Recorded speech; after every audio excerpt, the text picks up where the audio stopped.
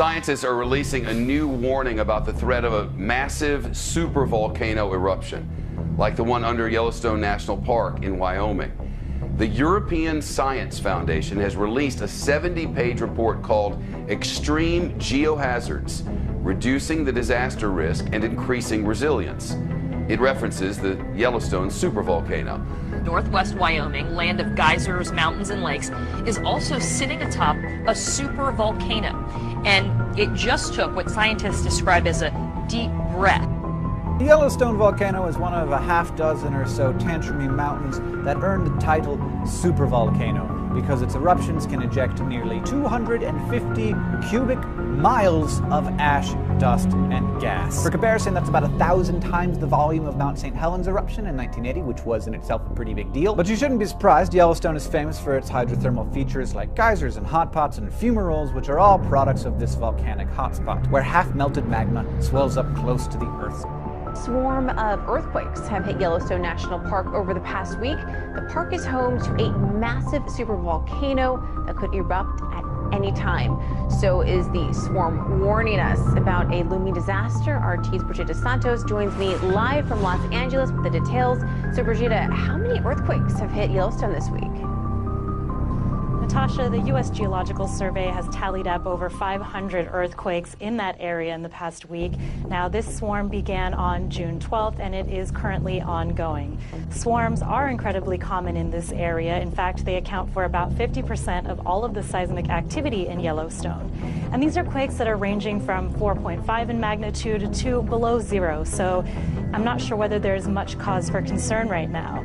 I do want to mention that this is a supervolcano with a thick continental crust that causes large buildups of magma, and it's capable of producing a magnitude 8 eruption on the Volcanic Explosivity Index. That means the explosion could be 2,500 times larger than the Mount St. Helens eruption in 1980, which is regarded as the largest and most deadly eruption in U.S. history. We're talking about a sleeping Godzilla underneath Yellowstone that, if it erupts in a maximum eruption called Category 8, it could literally tear the guts out of the United States of America. Instead of having 50 states of the Union, we would only have 30 states of the Union. Now that's Category 8.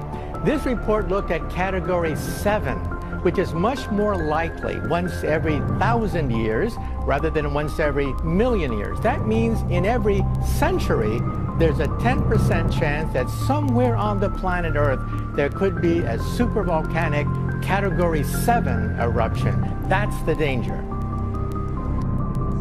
Pretty scary prospect. I want to just show people what we're talking about here when we talk about this super volcano, and we have a little thing to show you, a map with some of the details. So that's where it is. It's beneath Yellowstone. It's been there, as we know. I guess this has erupted 3 times in 2.1 million years.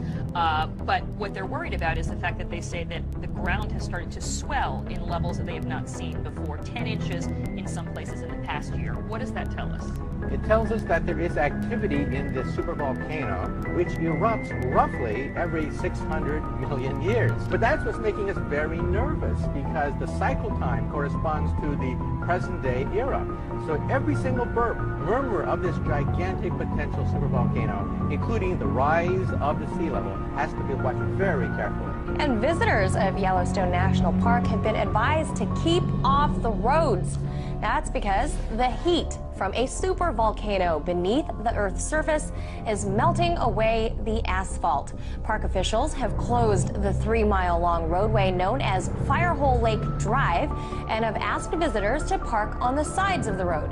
Park officials warned that stepping on the seemingly solid asphalt could create an illusion, and you could quickly find yourself stepping into hot water.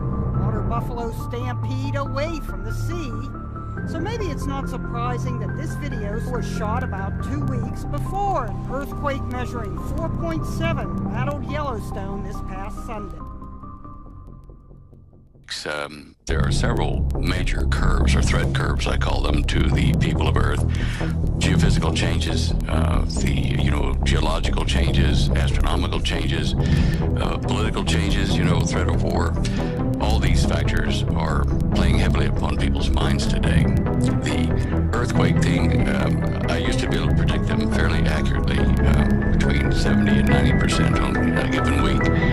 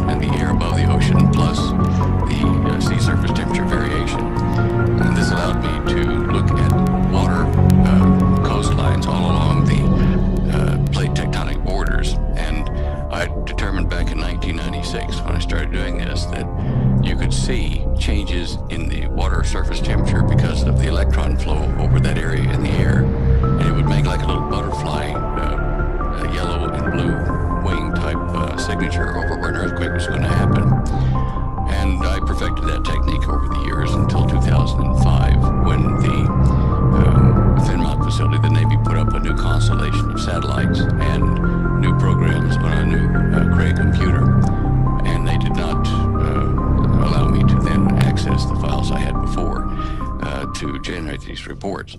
Strangely enough, they were, I was accurate enough that the Association of Island States, or island countries, if you wish, asked me to explain how to use it so that they could use it to predict tsunamis.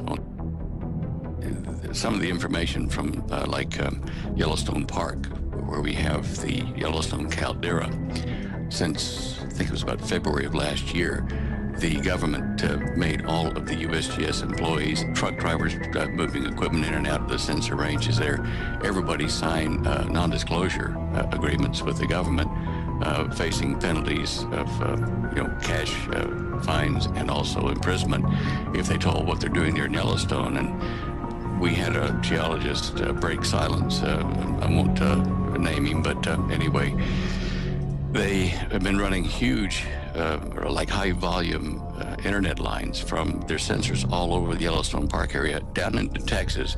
I think they may be now switching it over to the NSA facility in Utah. One of those catastrophic supervolcanic eruptions may be, several 100,000 years between times, but what they're doing now is they're measuring the increased appearance of helium, an isotope of helium gas, which was buried way down deep underneath the Yellowstone.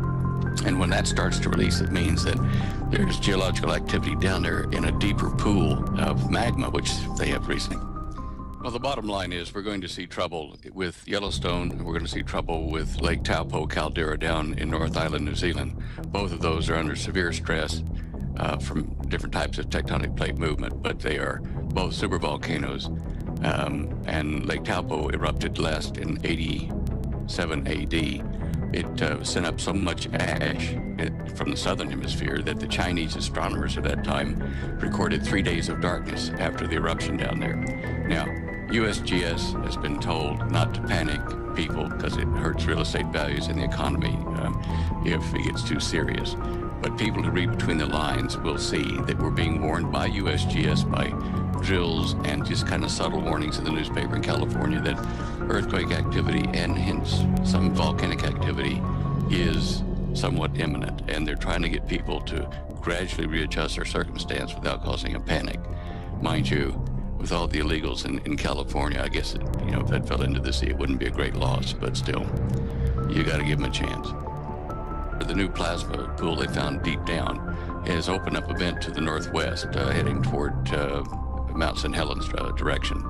This one is a very deep vent because when the Fukushima earthquake occurred, on that day I was watching the seismic helicopters at Yellowstone, and one of them in the northwest corner picked up and rang like a bell before the normal shock wave could have even reached the United States. And that means to me that there is a direct hydrodynamic connection in the magma between Yellowstone and the western side of the North Pacific. This is what they're watching because it will be a prelude to New Madrid. It'll be a prelude to a number of other volcanoes and breaking up the west coast.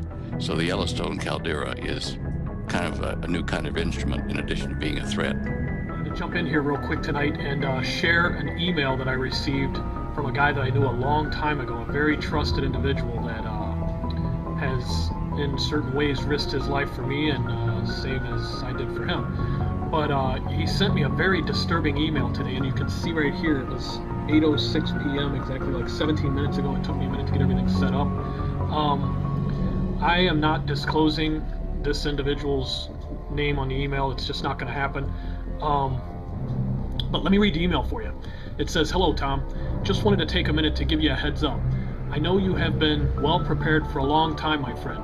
Just so you know, it would not be a good idea to stray too far from your bunker for a while," because he knows I have a bunker set up and supplies and everything. Anyway, briefly, he says, "I will tell you that the USGS is suppressing the earthquake activity at Yellowstone caldera from the general public. Washington is aware of this because they are the ones giving direction about this blackout. This is the reason for all the preparations made in FEMA Region 3. This is the reason they moved those nukes out of Texas in a big hurry.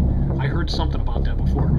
Okay, this is the reason," he says, "for the schools preparing 3-day kits for all the students and the FEMA coffins shipped to Hawaii and the East Coast.